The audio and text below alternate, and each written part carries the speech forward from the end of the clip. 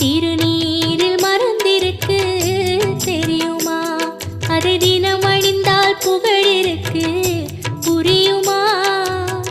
கந்தன் திருநீரில் மறந்திருக்கு தெரியுமா?